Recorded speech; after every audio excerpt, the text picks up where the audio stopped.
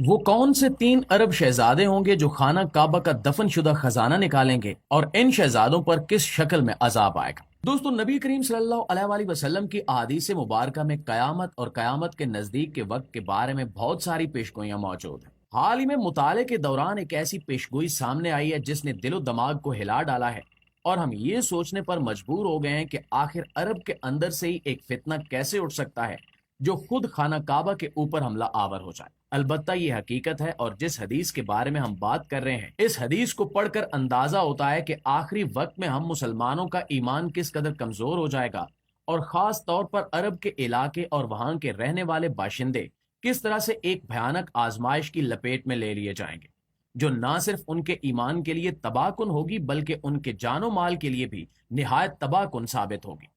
वो कौन सा अरब शहजादा होगा जो काबातुल्लाह पर हमला करने की कोशिश करेगा और तब इमाम मेहदी किस तरह से उसे रोकेंगे। वो कौन सा लश्कर होगा जो इमाम मेहदी को सजा देने के लिए रवाना किया जाएगा लेकिन जमीन फट जाएगी और वो लश्कर जमीन में धंसा दिया जाएगा। वो कौन सा लश्कर होगा जो इमाम मेहदी की मदद के लिए रवाना होगा लेकिन उस लश्कर में कमजोर ईमान वाले भी मौजूद होंगे जो किसी भी वक्त खतरा बन सकते होंगे। दोस्तों, ये तमाम बातें आज की हमारी इस वीडियो का मौजू हैं और हमारी आपसे रिक्वेस्ट है कि इस वीडियो को आखिर तक जरूर देखिएगा। प्यारे साथियों, सैयदना अब्दुल्ला बिन मसूद रजी अल्लाह ताला अन्हु से रिवायत है कि कयामत नहीं आएगी यहां तक कि अरब में मुख्तलिफ खलीफों के 3 बेटे यानी 3 खिलाफतों के 3 शहजादे काबतुल्लाह के नीचे दफन खजाने की मिल्कियत के बारे में झगड़ा न करें और इनके दरमियान एक खून रेज जंग न छिड़ जाए। आगे बढ़ने से पहले हम आपको बताते चलें कि खाना काबा शुरू से ही इस तरह नहीं था जिस तरह से हम इसे देख रहे हैं। जब हजरत इस्माइल अलैहिस्सलाम और इनकी वालदा अम्मा हाजरा अलैहिस्सलाम ने मक्का शहर के आसपास रहना शुरू किया तो उस वक्त बनु जरम नाम का एक कबीला वहां पर अम्मा हाजरा की इजाजत से आबाद हुआ क्योंकि उसके पास ही जमजम का कुआं भी मौजूद था। दिन गुजरते चले गए यहां तक कि एक दिन वो आया जब कुरैश ने, जो बनु इस्माइल की औलाद से थे, कई सदियों बाद मक्का शहर से बनु जरम को मार भगाया। बनु जरम शिकस्त खाकर भागने से पहले अपना तमाम तर खजाना, जिसमें काबातुल्लाह का खजाना भी शामिल था, वो जमजम कुएं के पास और खाना काबा के दरमियान में किसी खुफिया मकाम पर इस तरह दफन कर गए कि उसका सुराग न लगाया जा सके। उनका ख्याल था कि वक्त गुजरने के साथ साथ मक्का पर दोबारा हमारा कब्जा हो जाएगा और जब हम यहाँ दोबारा आएंगे तो इस खजाने को निकाल लेंगे, लेकिन ऐसा न हो सका और मक्का मुस्तकिल तौर पर कुरैश के कब्जे में चला गया। काबतुल्लाह का ये खजाना, जिसमें काबतुल्लाह के लिए वक्फ किए गए मुख्तलिफ अदवार में सोने चांदी और दीगर चीजों के बड़े बड़े हिस्से शामिल हैं, ये कोई छोटा मोटा खजाना नहीं है। इस खजाने की मालियत अच्छी खासी है और चूंकि ये लोगों ने अपनी मर्जी से काबतुल्लाह के नाम पर वक्फ कर दिया है तो इस खजाने को किसी भी तरह से इस्तेमाल में नहीं लाया जा सकता और न ही इसे कोई हाथ लगा सकता है। इस खजाने की चंद एक चीजें खुद काबतुल्लाह के अंदर के फर्श में भी दफन है लेकिन इन्हें भी छुआ नहीं जा सकता। यहाँ पर यह बात भी याद रखें कि इस खजाने में सोने और सोने से बने हुए मुख्तलिफ हथियारों और जरूफ की अच्छी खासी मिकदार मौजूद है। इसके साथ साथ मुख्तलिफ हथियार भी शामिल हैं जो चांदी और सोने की मिलावट से बनाए गए हैं, जबकि कुछ हथियार लोहे से बनाए गए। इस तरह ये खजाना अपने आप में कदीम होने के लिहाज से भी बेहद कीमती है और अपनी कीमती धातों के लिहाज से भी अच्छा खासा बेशकीमत है। इस वक्त आलम अरब की जो सूरत हाल है वो किसी भी अक्लमंद इंसान की नजरों से छुपी हुई नहीं है। एक तरफ तो जजीरा नुमा अरब में बेहयाई, फुहाशी और बेशर्माना किस्म की रिवायात को फरोग दिया जा रहा है, दूसरी जानिब अरब के इस इलाके में कायम मुख्तलिफ हुकूमतें तेजी से खत्म होते हुए दुनिया में अपने असर रसूख और अपने शहजादों की फजूल खर्चियों से कम पड़ते खजानों की वजह से शदीद परेशान है। वसाइल की कमी हमेशा दुनिया के हर खित्ते में जंग का बायस बनती है और नबी करीम सल्लल्लाहु अलैहि वसल्लम की इस हदीस में वाज़ेह इशारा मौजूद है कि आलम अरब की मुस्लिम हुकूमतें बजाय इसके कि वो वसाइल का इंतजाम किसी जायज और हलाल तरीके से करें, वो काबतुल्लाह के खजाने पर नजर रख लेंगे और यूं खाना काबा का तकद्दुस पामाल करने की कोशिश करेंगे। अरब की मुख्तलिफ खिलाफतों के ये 3 शहजादे कौन होंगे, इसके बारे में ज्यादा क्या साराइयां तो नहीं की जा सकती।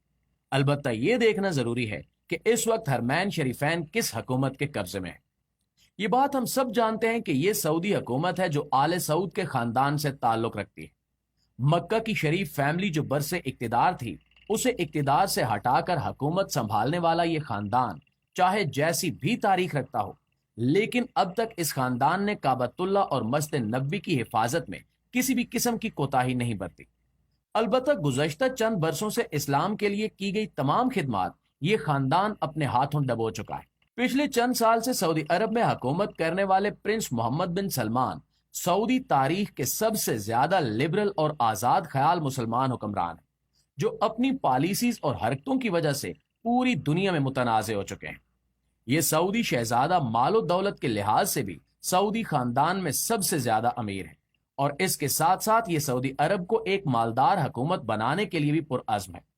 अपने इस मुफाद के हसूल के लिए इस शहजादे ने फलस्तीनी मुसलमानों के खून से भी गद्दारी की है और आलमी ताकतों को इनका खून सस्ते दामों बेचकर अपने मुफादात हासिल किए हैं। अगरचे ये बात वसूख से नहीं कही जा सकती, लेकिन अंदाजा लगाया जा सकता है कि प्रिंस मोहम्मद बिन सलमान ही शायद वो शहजादे हों जो काबतुल्लाह का दफनशुदा खजाना निकालने की कोशिश करें और यूं इस चक्कर में खाना काबा के तकद्दुस पर हर्फ आ जाए।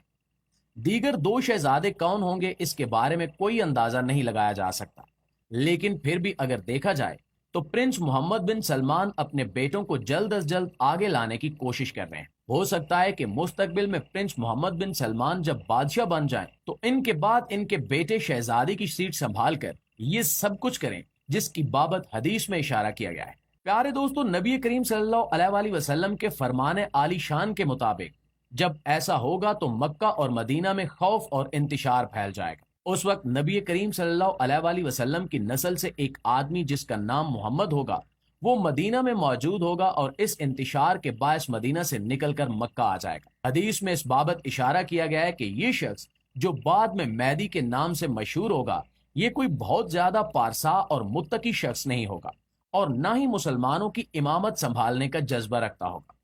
इसकी चंद खसूसियात की वजह से मक्का में मौजूद चंद उलमाए कराम जिन्हें अल्लाह ने अपने इल्म में से इल्म दिया होगा वो उसे पहचान लेंगे और जबरदस्ती मकाम इब्राहिम और रुकने ईमानी के दरमियान इमाम मैदी के हाथ पर बैत कर लेंगे। दोस्तों, उसी रात अल्लाह ताला अपनी रहमत कामला से इमाम मैदी के दिलो दिमाग को मुकम्मल तौर पर इस्लाम की जानिब फेर देंगे और वो मुसलमानों की इमामत का बेड़ा उठा लेंगे। अगले रोज इमाम मैदी की बढ़ती हुई मकबूलियत से खायफ होकर अरब के मुसलमान और शाम से आने वाले एक लश्कर में इत्तेहाद हो जाएगा और शाम से आने वाला वो लश्कर बड़ी तेजी से मक्का की जानिब बढ़ेगा ताकि इमाम मैदी और इनके साथियों की सरकोबी की जा सके। मगर ये लश्कर सहरा के खौफनाक तूफान में फंसाकर जमीन में धंसा दिया जाएगा। इसके बाद शाम के लोग एक लश्कर की सूरत में दोबारा मक्का की तरफ आएंगे और इमाम मैदी के हाथ पर रुकने ईमानी और मकाम इब्राहिम के दरमियान बैत कर लेंगे। इसके बाद मशरिक से एक लश्कर जो खिरासान से निकलेगा और काले झंडों पर मुश्तमिल होगा